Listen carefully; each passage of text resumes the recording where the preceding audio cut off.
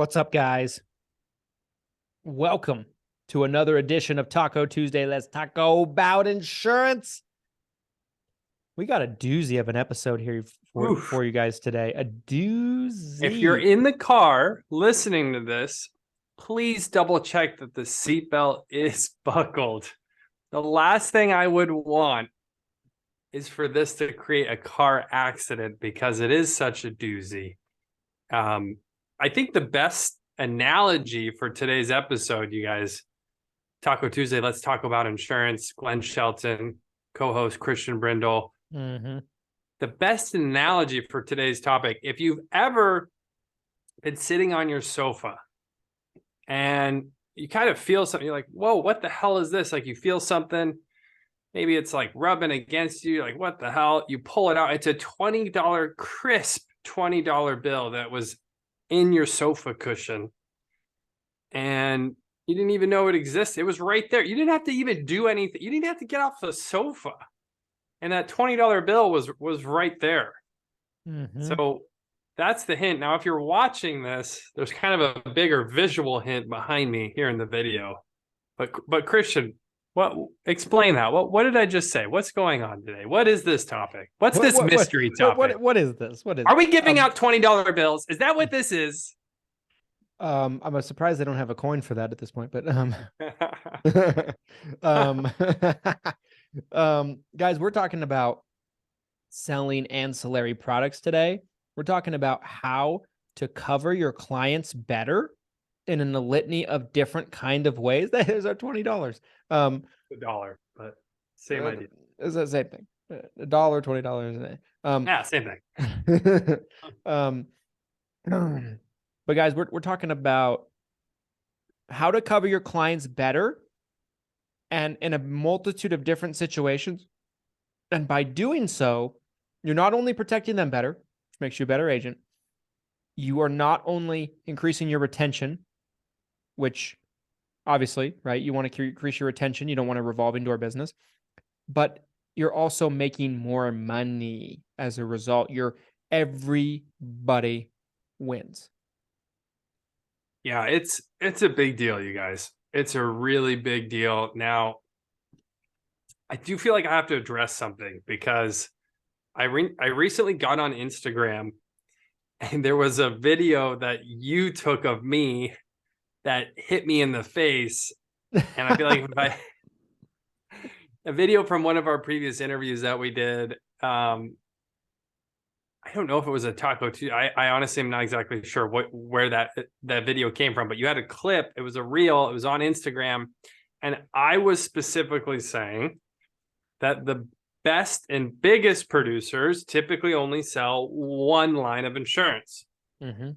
And yes, I still stand by that statement, even though today's topic is essentially the antithesis of that, because you're looking at selling ancillary products, different lines of insurance. You can have a setup in place, especially as an agency owner. You could be the Medicare specialist, and you could have someone else in your office that's the final expense specialist. Just as one example of an ancillary sale, it's still your book of business. It's still your client, but now you have multiple policies on that client, increases your overall revenue, increases your overall retention. So I'm not saying that you should or shouldn't sell ancillary products. That's up to you to decide how you want to do this. What I am telling you is that statistically, if you can figure out a way to incorporate ancillary products into your sales, it's going to be beneficial for your bottom line, for your clients' retention, and like Christian said, you're giving them products or services that they need, or they're going to go buy elsewhere anyways, right? Yeah. If you don't sell it to them. So I'm sure there's probably going to, maybe I just sound like even more of a hypocrite after that. I don't know. I don't know. We'll find out. I have a story to kind of deflect some of the. Please do. Say anything. Some of the concerns of the hypocrisy. Say anything. Thank you. Go. So, guys, when I first came into the business, many of you know I'm second generation. I started working with my dad's agency as a downline of his. And one thing he taught me early on was nobody buys dental insurance. Dental insurance, there's no good dental plans. And I noticed after a little while, I started to catch on. My dad would talk to clients on the phone that would call in looking to buy dental insurance. And I'd hear him on the phone in the other room. And this is verbatim what he would say. He would say, there are no good dental plans. They all kind of suck. And click. so like he's trying to talk them out of buying the plan. They want it. They're calling because they want it. And I took that same approach for the first couple of years. And in my third year, I finally figured it out. I figured out the value of dental sales. I sat on a carrier's webinar that did a really good job presenting. I think it was Medico. Shout out to Medico, even though you denied a bunch of claims for me and my clients. They're also no longer going to be called Medico. Did you see that? I did. That was like the biggest eye roll I've ever seen on a human being. That needs its own meme right there. But anyway, but shout out to them. One thing they did do right is they helped me understand the value prop, and they helped me understand that it's needed, right? It's needed. It's valuable. And I left a lot of money on the table early on by not selling dental plans. One thing I learned, and you guys will learn this one way or the other in your business, unless you're like my father who didn't learn it ever.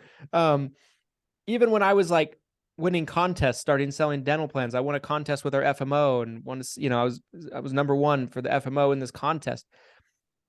My dad still kind of held to his guns, their dental plans suck. And so anyway, I say that to say, guys, one thing I learned, and you will learn eventually, I would say, is even if you don't like dental plans, even if you feel like they're not all that valuable, and you could say this about any type of plan that's on that side on behind Glenn right now. If your clients want it and you won't buy it from them, someone else will sell it to them. And they will use that as a doorway to take your primary business. Right. Once I did start selling dental, you wouldn't believe how many of my clients had already gone up on their own and had bought their own. Right. Physicians Mutual as a captive organization back then. MetLife, Delta Dental, right? These are the plans I continuously saw. I'm like, you just went and bought that. I told you there wasn't any good dental plans. They're like, yeah.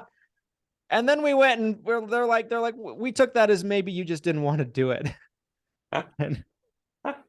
and it's just not a smart way to build your business, right? Like, so don't let your prejudices against certain products prevent you from thriving and also servicing your clients because they want the coverage. Give it to them. Yeah, I think that's a great point. And it doesn't have to be an overemphasis, right? Like you don't have to completely change your sales process to utilize this. I like the idea of drip marketing ancillary products throughout the year to your book, right? Yes. So in that scenario, you're not even incorporating it into your sales process. It's more of like a reminder after the fact. Yes. You already sold them your Medicare policy. They're on your books as your Medicare client. Now they're getting drip marketed all these different ancillary products. Oh, I'm like, I can't handle like the mirror. I don't know where I'm pointing you guys, but it's like, oh, did you get long-term? I still can't do it. Short-term care, life insurance, dental insurance, vision insurance, which, dental, vision, hearing obviously could be one. The one that's come up recently with some of the clients at Lead Heroes that I work with, hospital indemnity plans. That's a huge one. There's, and believe it or not, there's a call center that we've been working with for a long time that's traditionally been horrible at cross-selling. But for whatever reason, hospital indemnity seems to be the nut that finally cracked for them, where they're able to have a really strong cross-sell conversion. And again, you're helping, not only are you helping the client fix a problem, you're also making more money. Yes. So I'm seeing it first. I've seen it firsthand, and again, it doesn't have to be set. You don't have to reinvent the wheel here.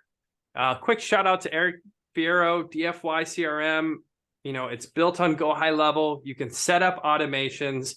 You can have automated touches that go out that talk about all these different ancillary products. And then you can be like Christian, and your phone just rings and hello? Hey, Christian, I just got that message from you about life insurance. And Christian's like, what? Who are you? Yeah, I didn't send you a message about life insurance. And then they reference the automation that DFY spit out, and Christian's like, holy frick, yes, we do offer life insurance. And then Christian's writing up $1,000 app that took him 30 minutes and he didn't do anything. Or I get into a heated argument because I'm like, you're not going to tell me what I did. I didn't do shit. I've been sitting here all day. I'm going to sue you. That happened one time with a car salesman. I bought a car from a car salesman, and I was unhappy with something they did.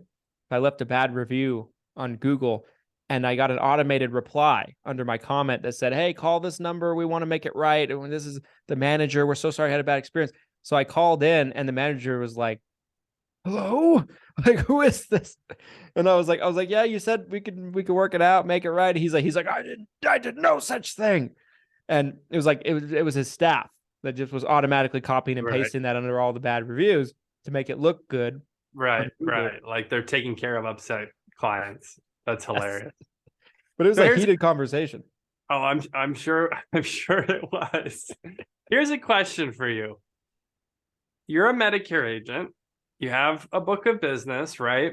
What would you say is the top 3 ancillary products? Obviously, there's a ton of them. We could probably I could probably, there's only 5 behind me, but we could probably draw up a list of 20. Like if we really wanted to get nitty gritty and say this, like there's easily probably 20 that you could offer your clients with a life health license. What would you say are the top 3 ancillary products that a Medicare agent or broker who's listening to this right now could turn around, offer to their clients, drip market to their clients, earn more money, write more policies? What is it? Tell them. Let's hear it. I need it right now. Top 3. Let's go. Come on, Christian. This is my favorite question that's ever been asked on the show, by the way. I'm very excited about this answer. And I geek out about this, by the way. You got to say dental in there. And this is in no particular order. I'm giving you 3, okay, but not in an order. Okay, we're listening. You got to say dental. And I'll put dental and vision in the same category. That's fair. Right? Dental, vision, hearing, I'll accept that as 1. That is 1. Even though more Medicare Advantage plans are giving dental and vision benefits stronger than they ever have been, it's just dental insurance it still has that ring to it, right? In people's ears, people want the coverage. We get calls every single week from our book of business asking about dental insurance, literally multiple times a week. And we're probably not even drip marketing as well as we could. We're doing a little bit, but we can do better. And so you got to throw dental in there. Dental will always be up there in terms of popularity. I would say hospital indemnity plan number 2, because if you're selling Medicare Advantage plan, I would go as far as to say there is no better cross-sell product than a hospital indemnity product. Okay. They go together like peanut butter and jelly. Like they belong together. An uncrustable. Yes. Oh, my daughter has been eating those, and I've been sneaking them.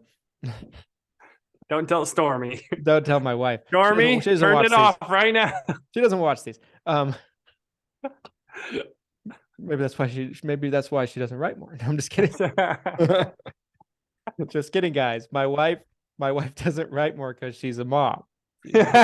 She's busy. In case she does watch this. Hospital indemnity, though, got to be in there. It's such an easy sell. It goes so well together with the Medicare Advantage presentation. It just fits.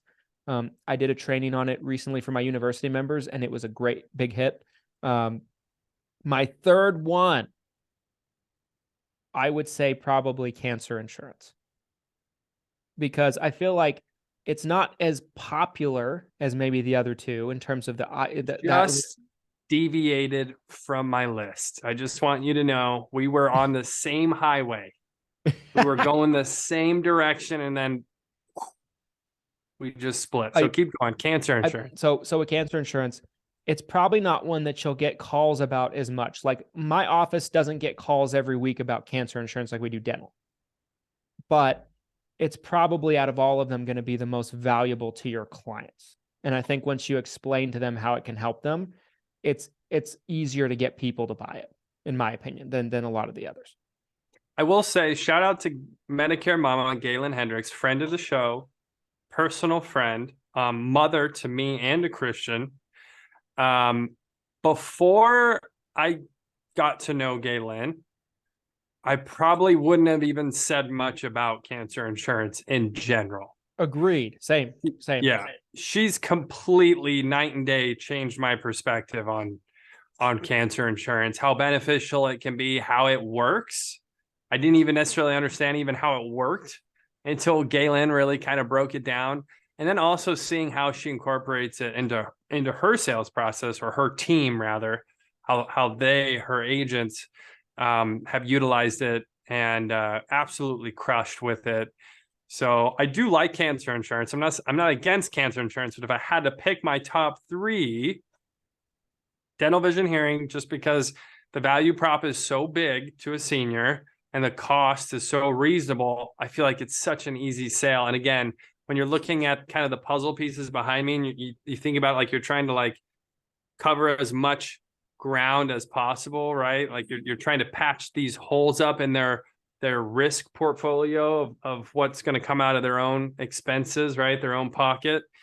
I love dental, vision, hearing, and hospital indemnity to a Medicare Advantage plan. It is peanut butter to jelly because you're taking one of the biggest holes in the policy and you're patching it up. Yes. They can spend more time in the hospital, and seniors, obviously, high chance of doing that. It makes all the sense in the world to have an indemnity plan. Now, my third, though. Where's the difference? Can I point to it correctly? Good old life insurance. I'm biased because I spent years selling life insurance.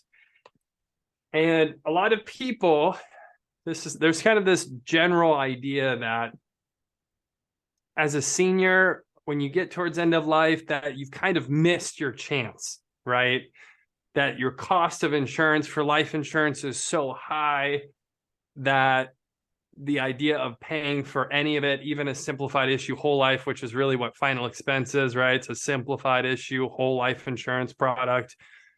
But the flip side, what I can tell you from selling it as much as I did, and from seeing individuals who actually utilize policies when a loved one has passed, it can be a really big deal as far as making a difference in someone's end of life. The last, I hate to even phrase it like this, but I think it's powerful to phrase it like this.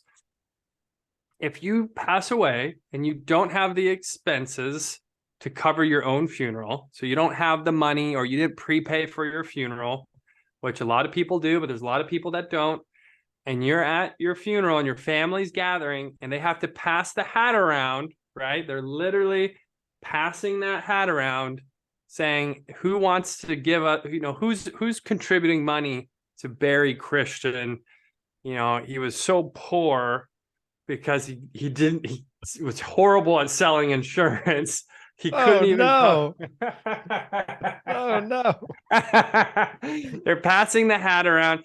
Is that like Christian would never want? I would never. Who wants their family to have to literally pull money out of their pocket and say, here's $5,000, here's $1,000, here's $10,000. Getting buried isn't cheap, even for the basics, you guys. You don't have to take my word for it. Call the cemetery, call a funeral home. It's easily $10,000 to $15,000 for a really basic funeral, with a casket, with a plot, with a headstone. The body's got to be not cremated. I mean, you could get cremated, embalmed, right? So like the body, someone's managing the body.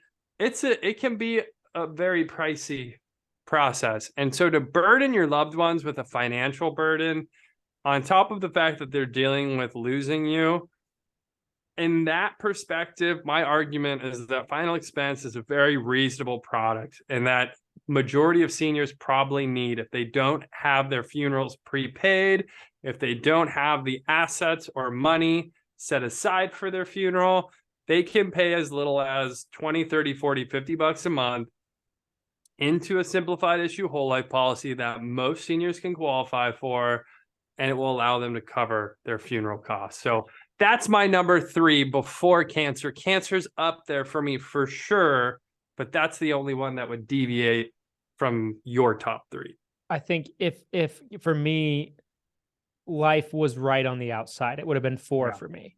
Yeah. Cancer's probably 4 for me. So yeah, so I think we'd have the same 4, but maybe a different one on the outside looking in.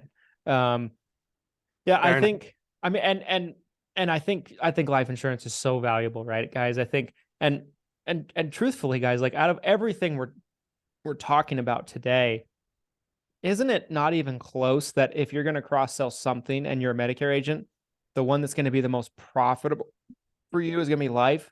Not even close. It's not even a conversation, right? Right. So when you're looking at it from that perspective, it's something that's very important, very needed. You could make the argument that it's 1 on the list. Sure. You could make that argument. I did 2 term life apps this week, by the way. Buy term, invest the rest. Oh, we got a closet. It's on the shelf, you guys. He's got it on the shelf. Dave Ramsey. Here's a question for you, though. Don't derail this whole episode. Again. You bastard. Don't you dare derail this whole episode with Dave Ramsey. Here's a question I have for you, okay? Yes. And now I feel like I'm already okay. No. I remembered it because it's behind me. It's behind. It's right. Ding ding. Ding. Okay, so there was a time period in my career when long-term care used to be a really big deal. Yes. And not that it's not. Holy cow, I can like hear the agents in the background. They're like, oh, go to hell. Yeah. It's not a big deal. Wait, Glenn. Long-term care is not a big deal anymore? Oh, that's news to me, Glenn. Okay. Whoa. Let's back I made it up. $600K last year, long-term care. Long-term care has evolved in the sense that it's become a lot more difficult to qualify for through underwriting. That's my understanding. My understanding is that back in the day, if you go back 10, 15, 20 years, it was easier and cheaper to qualify for a long-term care policy. And it's my understanding that it kind of has to do with the baby boomers. I'm sure if you're a long-term care insurance provider and you have this huge number of people that are actually going to start using their premiums, you have to try to adjust, right, to stay profitable, right? I mean, yeah. Does that seem at all? Am I saying anything correct right now? I think so. Okay. At the risk of being canceled once again. So long-term care agents are coming for the podcast right now. I have a lot of people on the wanting to cancel Christian Brindle list. It's growing. I do not want to keep the list growing, but I will be honest. Guys, I believe the idea of long-term care is great. I think it's a great product, incredibly valuable.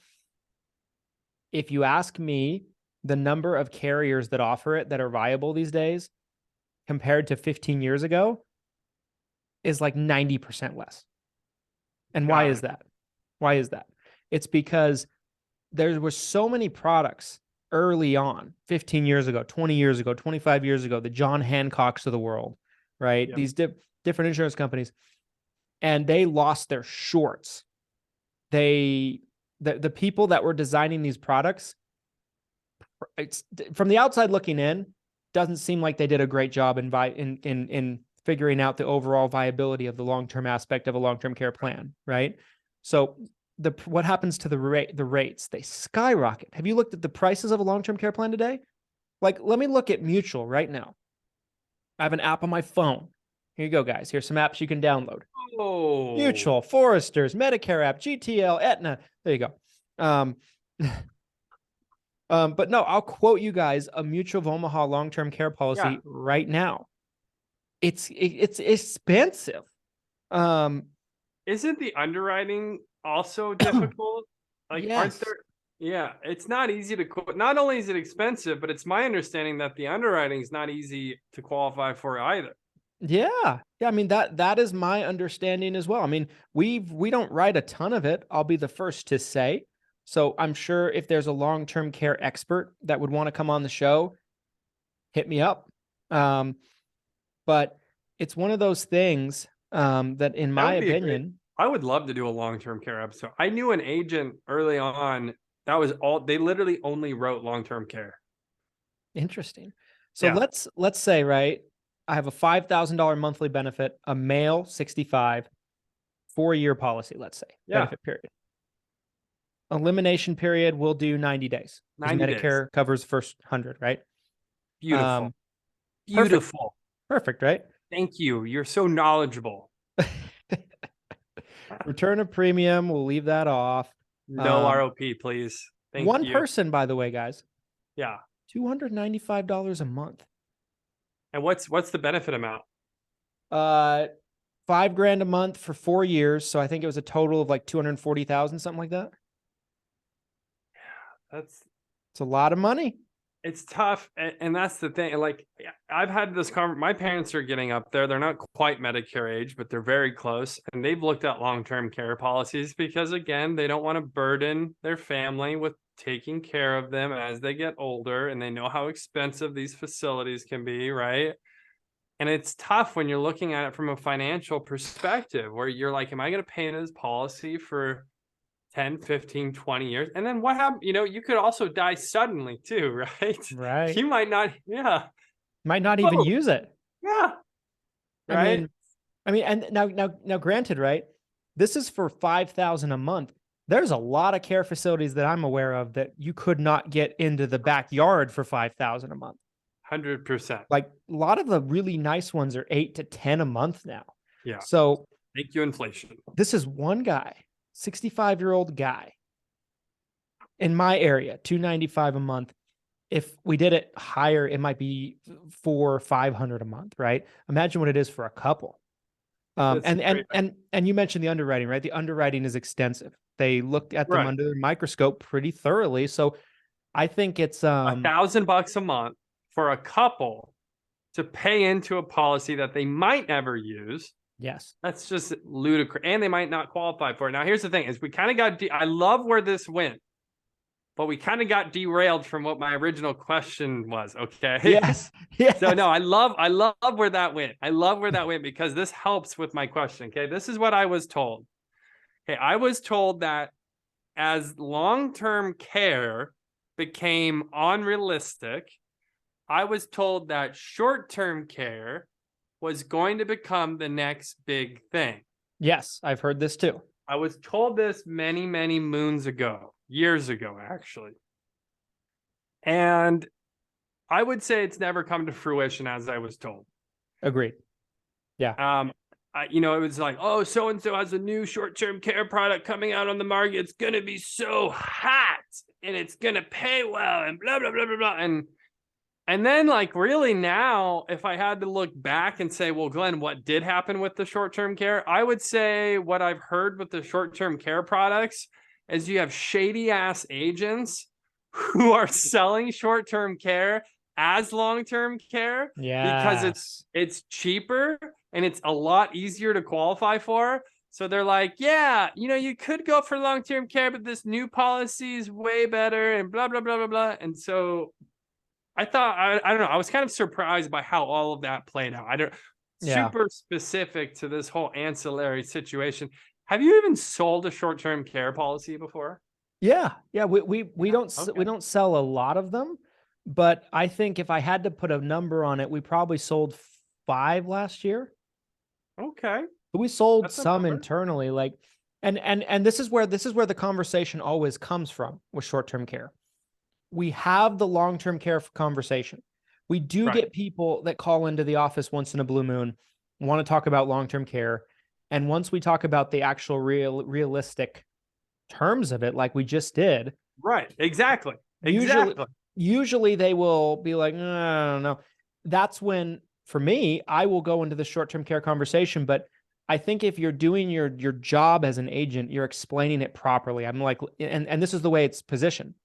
Listen, there's another type of product that you can get that's known as short-term care. We'll cover you up to a year in a facility, whereas long-term care might be 3 to 5. So it's not as good of a product, but it is far less expensive. Could you, for the sake of the show, could you run a quick quote like you just did to compare? Because I'm super curious, just because we've already gone down this far in the rabbit hole. Yeah, I would love to know. So I'm the prospect. I'm probably screaming at you through the phone about what you just about the quote you just gave me on long-term care. I'm like, I don't have $1,000 a month. Am I supposed to eat tuna out of a can? I'm dead. Rice and beans. Oh no. So yeah, I'm jumping into Aetna's site right now because they are my go-to for short-term. Okay, short-term care. But so as I'm putting this together, guys, I'll just kind of finish the thought. But like, I think for me, a majority of people that we talk to about it, they come at it from the perspective of, well, a year is nothing, in a facility like that. And that, a lot of people say that, but some people are like, well, it's better than nothing and we'll get it. That's where those 5 or so yearly sales come from. But I would say we could very well easily sell more of them for how many conversations we have about this a year if we were being more dishonest and if we were positioning it as in it was long-term care, but we go out of our way to explain it in the light that it really is. And some people see the value in it and some people don't. Okay, so short-term care, let's say it's going to give me a benefit amount, right? So what's our daily amount? Let's say we did try to make it $200 a day. Okay. So that's $6,000 a month, right? Let's try to make it as simple. We did 5K on the last quote. So what would 5,000 divided by 30? What's that? Yeah. 167 a day. So we'll do, how about 170? 170. Final offer. Final offer. Benefit period can be as short as 90 days, which is 3 months, or up to 360, which is the longest. We'll do 360. Everyone I've ever sold has been 360, by the way. Whole year, same amount as the long-term care. Waiting period of 100 days. So it's the elimination period. Okay, fair. And what does that give us? It gives us hang on a sec. How many years was the long-term care? Was it 5 years? 4 years. 4 years. 4 years. Okay. 4 years to 1 year. Okay. So this is $6,000 a month for 1 year versus $5,000 a month for 4 years. Okay. Well, it's 5,000. We lowered it. It's 5,000 a month. Right. Oh yeah, you're right. So same benefit amount. We're going 1 year versus 4. I don't know if Aetna would get mad at me if I shared my screen, but should I do it? Yeah, why not? I'm just gonna do it. Let's do it. That's what we're looking at. So it has a daily hospital indemnity amount that comes with it. This is optional down here, this rider, but this has to come with it in their specific product. So we're looking at $54.56 a month. So you went from $300 a month, basically. Your benefit length went from 4 years to 1. So you lost 75%, but your premium amount went down even more than that. Yeah. Because that what was it? 400 almost, was it 450? For the what the premium on the what was the premium on the long term? It was like 290 something. It was like, oh, I thought it was 400. Well, it was like 290 something. Let me pull it back up. Where'd it go? I guess what's 295. 295 and 33 cents. Okay. 295. another thing to mention, underwriting is going to be far better and Right. easier on a Right. short-term care plan. Right. So Isn't short-term care practically guaranteed? Like that's what I've been told, that there's some policies on short-term care are almost guaranteed issue. yeah, like this one in particular would have some health questions, but they're pretty like severe. They just want to make sure you're not going to go into a facility like tomorrow. Right. You know, what's interesting is if you had pitched me the short-term care policy first, I don't feel like the value, I wouldn't necessarily, but coming into short-term care through the long-term care conversation, I Yes. see a ton of value in this. Yeah. I really do. Truthfully, we could sell a lot more of it if we tried harder. It's more just, but we do sell some of them. We've come full circle. And We've before, come full circle. and before we sold them with Aetna, we sold them with Equitable Life and Casualty a lot. Yeah. And you know, so I'm a fan of the product. I just feel like it's one of those things where a lot of people are going to look at it and they're going to hear 1 year or less, and they're just going to be like, you know, that's the biggest objection, I guess, that we get when we bring up the policy. And it's because we try to go out of our way to explain it properly and Right. and give them, because I don't ever want anyone to buy anything from my agency and not feel like they got what they were promised. Right. You know, so I will if I feel like there's a negative of a policy, I'll make sure it's highlighted because I want them to know That's that. fair. Um, I think that's totally fair. and I think that's the way everybody should sell insurance too. Like, you know, if I'm like, this is long-term care for $50 a month, people are going to be like, yeah. And then like, I'll do good for 3 to 5 years Yeah. until somebody needs to file a claim. And then I'm going to get sued and I'm going to have all these E&O claims and yeah, that's what I was gonna say. E&O's coming out. yep. Yeah, sure. I love that. I think that's a great spot to kind of start wrapping up this conversation.